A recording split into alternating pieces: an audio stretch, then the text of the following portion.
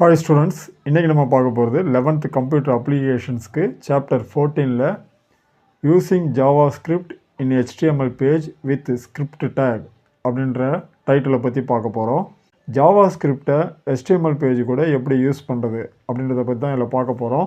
நம்ம HTMLல ஜாவாஸ்கிரிப்டை யூஸ் பண்ணணும்னா ஸ்கிரிப்ட் அப்படின்ற ஒரு டேகை யூஸ் பண்ணணும். இது ஸ்கிரிப்டோடைய ஓப்பன் டேக்னு சொல்லுவாங்க. அதே மாதிரி இதை க்ளோஸ் பண்ணிடணும். க்ளோஸ் பண்ணுறதுக்கு ஸ்கிரிப்ட் டேக் முன்னால் ஃபார்வர்ட் ஸ்லாஷ் கொடுக்கணும். இது ஓப்பன் டேக்னு சொல்லுவாங்க, இதை வந்து க்ளோஸ் டேக்னு சொல்லுவாங்க. சரி, இப்போ இந்த ஸ்கிரிப்ட் டேக்கை பொறுத்த வரைக்கும் 2 ஆட்ரிபியூட் இருக்குது. ஒன்று வந்து இப்போ ஸ்கிரிப்ட்னு ஆரம்பிக்கும்போது இதில் 2 ஆட்ரிபியூட் உண்டு. ஒன்று வந்து லாங்குவேஜ்னு சொல்லுவாங்க. இந்த லாங்குவேஜை பொறுத்த வரைக்கும் டபுள் கோட்ஸில் ஈக்குவல்னு கொடுத்துட்டு டபுள் கோட்ஸில் ஜாவாஸ்கிரிப்ட் அப்படின்னு தரணும்.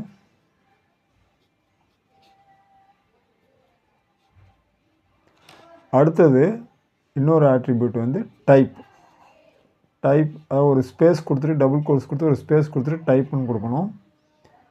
ஈக்குவல்னு சொல்லி திரும்ப டபுள் கோட்ஸுக்குள்ளே டெக்ஸ்ட் ஆர் ஜாவாஸ்கிரிப்ட் ஐபிடி நான் கீழே எழுதுனேன், இடம் இல்லாதனால இந்த இடத்துல கிரேட்டர் தென் சிம்பிளாக கொடுக்கணும். ஸோ இந்த மாதிரி ஸ்கிரிப்டை பொறுத்த வரைக்கும் 2 ஆட்ரிபியூட் இருக்குது. ஒன்று வந்து லாங்குவேஜ், இன்னொன்று வந்து டைப். லாங்குவேஜில் வந்து ஜாவாஸ்கிரிப்ட்னு சொல்லியிருப்போம். நம்ம யூஸ் பண்ணக்கூடிய ஸ்கிரிப்டை வந்து ஜாவாஸ்கிரிப்டை பேஸ் பண்ணி இருக்குன்னு சொல்கிறாங்க. இதில் லாங்குவேஜில் வந்து விபி ஸ்கிரிப்டும் உண்டு. அதனால் எது நம்ம கரெக்டாக சொல்லணும், அதுக்காக லாங்குவேஜில் வந்து ஜாவாஸ்கிரிப்ட் அப்படின்னு கொடுப்பாங்க. அதே மாதிரி டைப்பை பொறுத்த வரைக்கும் பார்த்தோன்னா நம்ம யூஸ் பண்ணக்கூடியது ஜாவாஸ்கிரிப்ட், அதனுடைய கண்டென்ட் வந்து டெக்ஸ்ட் டைப்பில் இருக்குது அப்படின்னு சொல்லிட்டு நம்ம சொல்கிறதுக்காக இந்த டைப்பை கொடுக்குறோம். இது 2 ஆட்ரிபியூட்டுமே இப்போ ஆப்ஷனல் தான். இப்போ வந்து இதை கொடுக்காம விட்டாலும் ரன் ஆகும். ஏன்னா மாடர்ன் ப்ரௌசர்லாம் வெறுமனே இந்த ஸ்கிரிப்டுன்னு மட்டும் கொடுத்தாவே ரன் ஆகும். ஆனால் இது வந்து ஓல்டர் வெர்ஷனில் இந்த மாதிரி கட்டாயம் கொடுக்கணும். அடுத்தது கீழே வந்து ஜாவாஸ்கிரிப்ட் கோடு வந்து என்னென்ன கொடுக்கணுமோ அது எல்லாத்தையும் இந்த இடத்துல கொடுத்துக்கலாம். எல்லாத்தையும் கொடுத்து முடிச்சதுக்கப்புறம் நம்ம ஸ்கிரிப்டை வந்து க்ளோஸ் பண்ணணும். அதுக்கு ஃபார்வர்ட் ஸ்லாஷ் கொடுத்து ஸ்கிரிப்டுன்னு கொடுக்கணும். ஸோ இதுதான் வந்து ஜாவாஸ்கிரிப்ட் கொடுக்கறதுக்கு உண்டான சின்டாக்ஸ். ஜாவாஸ்கிரிப்ட் HTMLோட கொடுக்கும்போது நம்ம HTMLல எந்த இடத்துல வேணால் கொடுக்கலாம் ஜாவாஸ்கிரிப்ட் கோடை. ஆனால் பொதுவாக நம்ம ஹெட் டேக்குள்ளே கொடுக்குறது தான் ரெக்கமெண்ட் செய்யப்படுது. இப்போ ஒரு சிம்பிளான ஜாவாஸ்கிரிப்ட் கோடை HTML கோடை எப்படி எழுதுகிறாங்கன்னு பார்க்கலாம். ஃபஸ்ட்டு HTML அப்படின்னு ஸ்டார்ட் பண்ணிக்கிறோம். அடுத்தது ஹெட் டேக் கொடுக்குறோம். அடுத்தது ஹெட்டுக்குள்ளே டைட்டில் தரோம். டைட்டிலில் மை ஃபஸ்ட் ஜாவாஸ்கிரிப்ட் ப்ரோக்ராம் அப்படின்றத நான் கொடுக்குறேன்.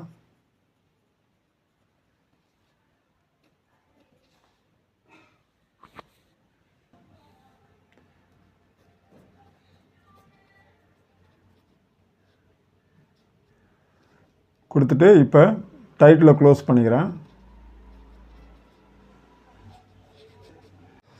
அடுத்தது ஜாவாஸ்கிரிப்ட் ஆரம்பிக்கணும். அதனால் ஸ்கிரிப்டுன்னு ஆரம்பிச்சுக்கிறேன். இதனுடைய ஆட்ரிபியூட் லாங்குவேஜ் சொல்லணும். லாங்குவேஜ் ஈக்குவல் டு டபுள் கோட்ஸில் ஜாவாஸ்கிரிப்ட் அப்படின்னு தரேன். அடுத்தது டைப் தரணும். இடம் இல்லாதனால நான் கீழே எழுதிக்கிறேன். Type is equal to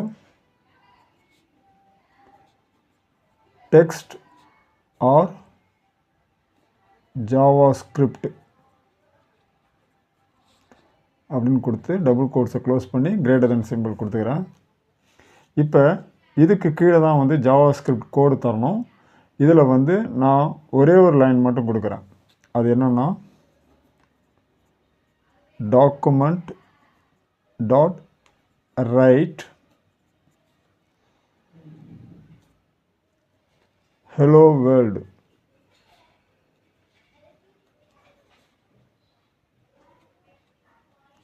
double கோட்ஸை க்ளோஸ் பண்ணிக்கிறேன். இந்த ப்ராக்கெட்டிங் க்ளோஸ் பண்ணிக்கிறேன். இப்போ இந்த டாக்குமெண்ட் ரைட் என்ன பண்ணணும்னா, நம்ம கொடுக்குற கண்டென்ட், அதாவது ஜாவா ஸ்கிரிப்டில் கொடுக்குற கண்டென்ட்டை HTML ரைட் பண்ணணும். அதாவது இந்த இடத்துல நம்ம ஹலோ வேர்ல்டு அப்படின்ற கண்டென்ட் தான் கொடுக்க போகிறோம். இந்த கண்டென்ட்டை HTML ரைட் பண்ணுறதுக்காக டாக்குமெண்ட் டாட் ரைட்னு கொடுப்போம். இப்படி கொடுத்த உடனே நம்மளுடைய வெப்பேஜில் ஹலோ வேர்ல்டு அப்படின்ற மெசேஜ் வந்து டிஸ்பிளே ஆகும். இதை வந்து நம்ம ஜாவா ஸ்கிரிப்ட் மூலம் எழுதியிருக்கிறோம். ஸோ இந்த ஒரு லைன் தான் கோடிங். இதுக்கப்புறம் நம்ம ஸ்கிரிப்டை க்ளோஸ் பண்ணிக்கிறோம். அது ஃபார்வர்ட் / கொடுத்து ஸ்கிரிப்டை க்ளோஸ் பண்ணணும். இங்கே ஹெட்டை வந்து க்ளோஸ் பண்ணிக்கிறோம். அதுக்கப்புறமா பாடி கொடுக்குறோம். பாடியில் ஒன்றுமே கிடையாது, சும்மா எம்டியாக தான் கொடுக்குறோம். அதனால் ஓப்பன் பண்ணி சும்மா க்ளோஸ் பண்ணிக்கிறோம்.